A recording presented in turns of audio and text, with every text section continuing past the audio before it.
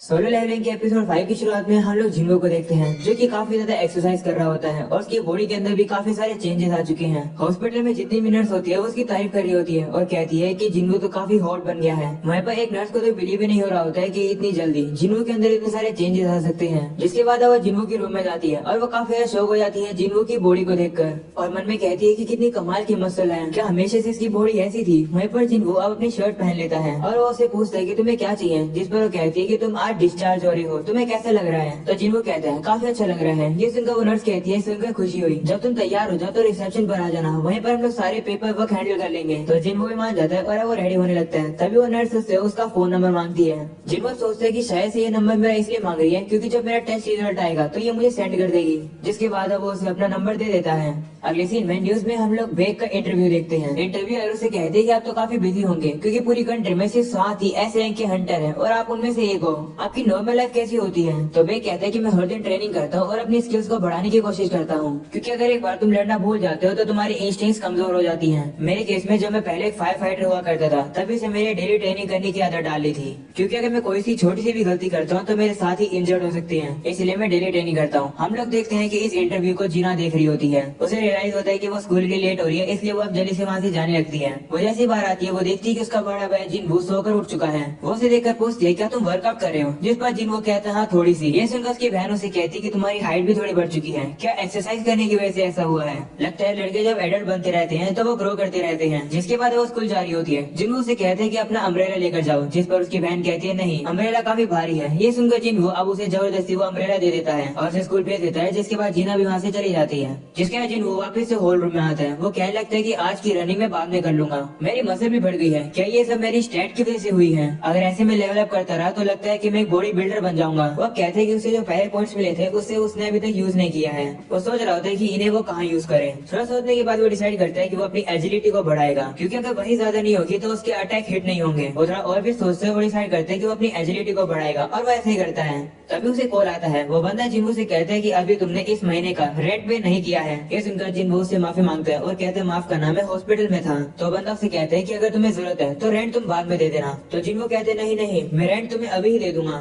तब वो बंदा कहता है ठीक है। जिन्हो कहने लगता है कि मुझे नहीं पता है कि जो चीज मैं एक्सपीरियंस कर रहा हूँ वो रीअवेकनिंग है या नहीं, लेकिन अभी मैं गॉब्लिन्स को काफी आराम से मार पाता हूँ जिससे रेंट को पे करना भी इजी हो गया है। लेकिन फिर भी ये इतना भी इजी नहीं है। अच्छा खासा पैसे कमाने के लिए मुझे हायर रैंक के गेट के अंदर जाना होगा, लेकिन मैं एक ई रैंक का हंटर हूँ तो मुझे कोई उन गेट के अंदर जाने नहीं देगा। क्या मुझे रीअप्रेस करना चाहिए अपने आप को, क्योंकि अगर मेरी हायर रैंक हो गई होगी तो मैं अच्छे गेट के अंदर जा पाऊंगा और अगर मुझ पर और टेंशन आएगी तो मैं और पैसे कमा पाऊंगा। लेकिन मैं काफी स्टैंड आउट करूंगा क्योंकि रीअवेकनिंग काफी ज्यादा रेयर होती है। क्योंकि मैंने कभी ऐसा नहीं सुना है कि एक घंटा लेवल अप करके और ज्यादा स्ट्रॉन्ग बन सकता है। इससे लोगों को मुझ पर और ज्यादा शक होगा। तो जब तक मैं अपने आप को अच्छे से डिफाइन नहीं कर पाता हूँ और पता नहीं लगा पाता हूँ कि आखिर ये पावर क्या है, तब तक मुझे अपने आप को रीअप्रेस नहीं करवाना चाहिए। जिसके बाद अब उसे एक जॉब की नोटिफिकेशन आती है। वह वहाँ पर पहुँचता है। वो दौड़ कर यहाँ पर पहुँचता है तो उसकी जितनी भी क्वेस्ट होती है जैसे की 10 किलोमीटर रनिंग वो भी पूरी हो जाती है और उसे रिवॉर्ड भी मिलते हैं। तभी वहाँ पर उसके सामने काफी सारे हंटर्स आ जाते हैं। उनका लीडर होता है हुआंग, जो कि जाकर जिन्हो से हाथ मिलाता है। तो बाकी सभी लोग कहने लगते हैं कि हम जिन्हो को जानते हैं, ये काफी ज्यादा फेमस है, लोग इसे मैनकाइंड का सबसे कमजोर हंटर बुलाते हैं। वो लोग अब जिन्हो का मजाक उड़ा रहे होते हैं, इसलिए हुआंग अब जिन्हो से माफी मांगते हैं उसके साथियों के लिए। तो जिन्हो कहते हैं कोई बात नहीं, मुझे क्या काम करना है वैसे। तो वो कहता है कि तुम्हें कुछ कोटा पूरे करने हैं। हम लोग सी रैंक के एक डंजन में जाएंगे जिसमें कम से कम हम लोग को 8 लोगों की जरूरत पड़ेगी एंटर करने के लिए, जिसमें आधे मेंबर सी रैंक के होने चाहिए। तुम्हें अंदर जाकर लड़ाई नहीं करनी है, इसलिए हम लोग तुम्हें कोई भी जो भी लूट मिलेगा वो नहीं देंगे, लेकिन हमारे साथ आने के लिए हम लोग तुम्हें 20 लाख रुपए देंगे। ये सुनकर जिन्हो अब उन लोगों को अच्छे से चेक करता है तो उसे पता चलता है कि उनके ग्रुप के अंदर 4 सी रैंक के हैं और 2 सब डी रैंक के हैं। जिन्हो अब उस लीडर से कहते हैं ठीक है वैसे मुझे करना क्या है। तो वो कहते हैं कि तुम्हें हमारा सामान उठाना है। सामान सारा बैग के अंदर है। उस बैग के अंदर खाने पीने का सामान है और साथ में एक्स्ट्रा कपड़े भी और गेट्स भी। तो जिन्हो कहते हैं ठीक है, लेकिन क्या वैसे हम लोग अंदर बिना हीलर के जाने वाले हैं। तो वहाँ कहते हैं कि तुम्हें तो पता ही होगा कि हम जैसी इंडिपेंडेंट पार्टीज को हीलर रिटेन करना थोड़ा सा मुश्किल है। हम अपनी सारी रेड हीलर की बिना ही करते हैं, तो चिंता मत करो। ये सुनकर जिन्हो सोचते हैं कि ये तो एक ऐसी स्क्वाड है जिसके अंदर टैंक है और डैमेज डीलर, ये तो काफी क्रेजी स्क्वाड है। हमारे साथ हीलर ना होना थोड़ा सा मुझे अजीब लग रहा है। हुआ कब जिन्हो से कहता है कि कॉन्ट्रैक्ट साइन कर दो, अगर डंजन के अंदर तुम्हें कुछ हो गया तो हमारी रिस्पॉन्सिबिलिटी नहीं होगी। तो अब जिन्हो भी उस कॉन्ट्रैक्ट को साइन कर देता है। तभी यहाँ पर एक और बंदा आता है और जिन्हो से कहता है कि लगता है हम लोग यहाँ पर सेम रीजन की वजह से आए हैं। तो बंदा बताता है मेरा नाम यो जिनो है और मैं 21 ईयर का हूँ और मेरी रैंक डी है। मैं भी यहाँ पर क्वार्टर पूरे करने आया हूँ। जिन्हो अब उसे देखकर कहता है कि इसने जो आर्मर पहन रखा है इसे देखकर लगता है कि इसकी फैमिली काफी अमीर है। यो अब जिन्हों से कहते हैं कि क्या तुम पहली बार एक सी रैंक के डंजन में जा रहे हो, चिंता मत करो मैं तुम्हें सेफ रखूंगा। ये सुनकर जिन्हो अब उसे एक स्मार्क देता है, जिसके बाद वो सभी लोग अब तैयार हो जाते हैं डंजन में जाने के लिए। यो जिन्हो से कहता है कि तुम्हारा सामान थोड़ा भारी लग रहा है, क्या तुम ठीक हो? तो जिन्हो कहते हैं नहीं कोई दिक्कत नहीं है, शुक्रिया पूछने के लिए। ये सुनकर यो से कहते हैं कि मैं तुमसे यंग हूँ, तुम्हें इतना पोलाइट होने की जरूरत नहीं है।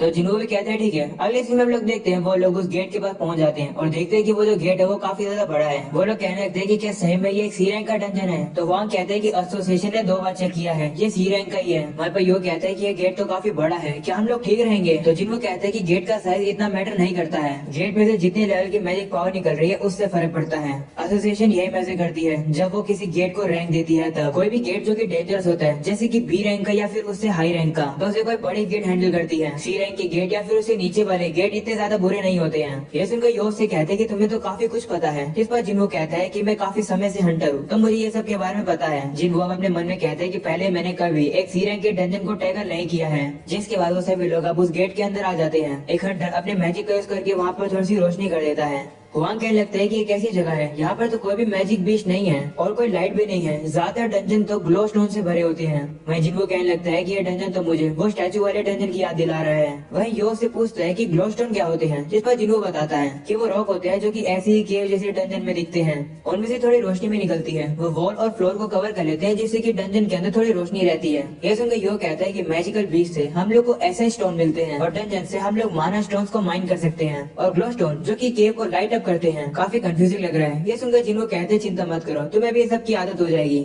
जिसके अब वो लोग अब अंदर आते हैं और देखते हैं कि वहाँ तो कुछ भी नहीं होता है। ये देखकर यो अब जिन्हों से कहते हैं कि क्या ऐसे भी डंजन होते हैं जिनके अंदर मैजिकल बीच नहीं होते हैं? तभी जिन्हों से चुप कराता है और वो सुनने लगता है। वो मन में कहते हैं कि मोस्टर्स यहीं पर है, लेकिन उन्होंने अभी तक अपने आप को दिखाया नहीं है। मोस्टर्स के बारे में बाकी सभी लोगों को पता चल जाता है और वो लोग भी रेडी हो जाते हैं। वहीं जिन्हों थोड़ा सोचता है और सभी को बताता है कि यहाँ पर इंसेक्ट मोस्टर है। ये सुनकर सभी लोग अब ढूंढने लगते हैं कि आखिर वो मोस्टर्स कहाँ पर है, लेकिन उन्हें वो मोस्टर्स नहीं दिख रहे होते हैं। वही जिन वो आवाज को अच्छे से सुन रहा होता है और उसे पता चल जाता है कि मोस्टर्स ऊपर से हमला करने वाले हैं। वो ये बात अब सभी को बताता है। हम लोग अब देखते हैं कि ऊपर से काफी सारे मोस्टर्स गिरने लगते हैं। उन्हें देखकर एक हंटर अपनी पावर्स का उनके ऊपर यूज करता है और मोस्टर्स को अलग अलग बिखरा देता है, और अब बाकी सभी लोग भी उन मोस्टर्स के ऊपर हमला करके उन्हें मार रहे होते हैं। वहीं पर यो जाकर जिन्हों को डिफेंड कर रहा होता है। तभी हम लोग हुआंग को देखते हैं जो कि अपनी पावर का यूज करके सभी मोस्टर्स को अपनी तरफ अट्रैक्ट कर लेता है। सभी मोस्टर अब उसी की तरफ जाने लगते हैं। ये देखकर जिन्हो उसकी तारीफ करता है और अब सभी लोग मिलकर अब उन मोस्टर्स को मार रहे होते हैं। तभी वही वाला हंटर एक काफी पावरफुल मैजिक का यूज करता है, जिससे कि वो सभी मोस्टर्स को एक आग के ढेर में फेंक देता है, और अब सभी लोग मिलकर बच्चे कुछ मोस्टर्स को मार रहे होते हैं। ये सब देखकर जिन्हो सोच रहा होता है कि ये ग्रुप तो काफी ज्यादा कोऑर्डिनेटेड है, लगता है ये लोग काफी समय से एक साथ काम करते आ रहे हैं। एक हीरा की तो कमी है लेकिन फिर भी ये लोग काफी स्ट्रॉन्ग है।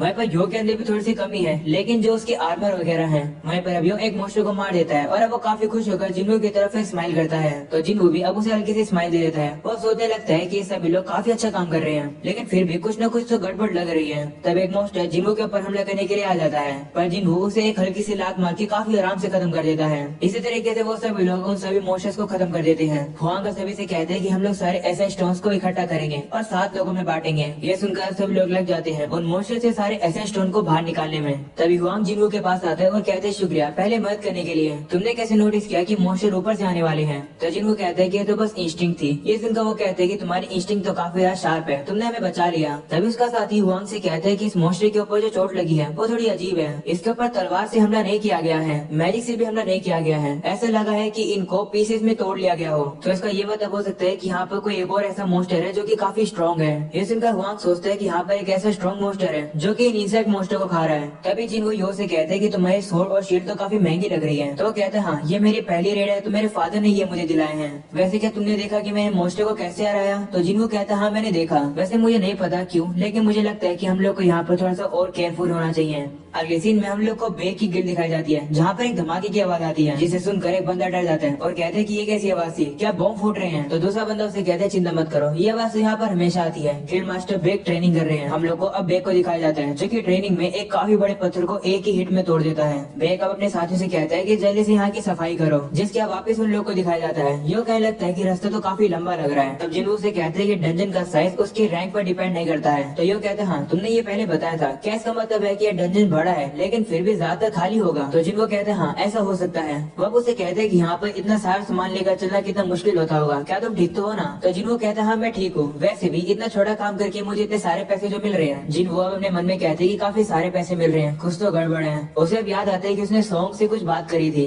वो लोग अब आगे जा रहे होते हैं और देखते हैं कि जितने जो मॉन्स्टर्स हैं वो घायल हैं। इसका मतलब इनके जो बॉस होगा वो आगे ही है। वो अब आगे जाते हैं और देखते हैं कि आगे जाले लगे हुए हैं। इससे वो समझ जाते हैं कि आगे बॉस का रूम होगा। वो अब वहाँ के जालों को काट कर आगे बढ़ते हैं और एक रूम में आते हैं जहाँ पर काफी सारे मानव क्रिस्टल्स होते हैं और इनकी कीमत बिलियंस पैसों में है। ये देखकर एक बंदा हुआंग से कहते हैं कि आपका भाई तो आपसे काफी जेलस होगा कि आपको इतने सारे मिल गए हैं। हुआंग अब अपने मन में कहते हैं दोंगसू, ये बिल्कुल वैसे ही है जैसे मैं तुमसे कहा था। छोटे भाई तुम हर बार सही नहीं होते हो और ये मैं सोच रहा कि मैं तुम्हें रिस्पेक्ट दूंगा। इतने सारे मानव क्रिस्टल्स का मैं यूज करूंगा अपनी स्ट्राइक टीम को ग्रो कराने के लिए। हम लोग इसे 7 लोगों में बांटेंगे तो सभी को 100 मिलियन मिलेंगे। तभी यो जिन्हू के पास आता है और कहते हैं कि क्या तुम मुझे वो कॉन्ट्रैक्ट दिखा सकते हो जो कि तुमने साइन किया था। मैं लीगल चीजों में थोड़ा अच्छा हूँ। ये सुनकर जिन्हू अब उसे वो कॉन्ट्रैक्ट दे देता है और अब यो उस कॉन्ट्रैक्ट को लेकर हुआंग के पास आता है और उसे कहता है कि जिन्हू के कॉन्ट्रैक्ट के अंदर स्पेसिफिकली लिखा है कि मॉन्स्टर से जो लूट मिलेगी वो उसे नहीं मिलेगी, लेकिन जो माना क्रिस्टल्स है वो किसी मॉन्स्टर से नहीं मिले हैं तो इनका हिस्सा जिन्हू को भी तो मिलना चाहिए। वो सुनकर हुआंग कहता है हाँ मिलना चाहिए, हम लोग उसे दे देंगे,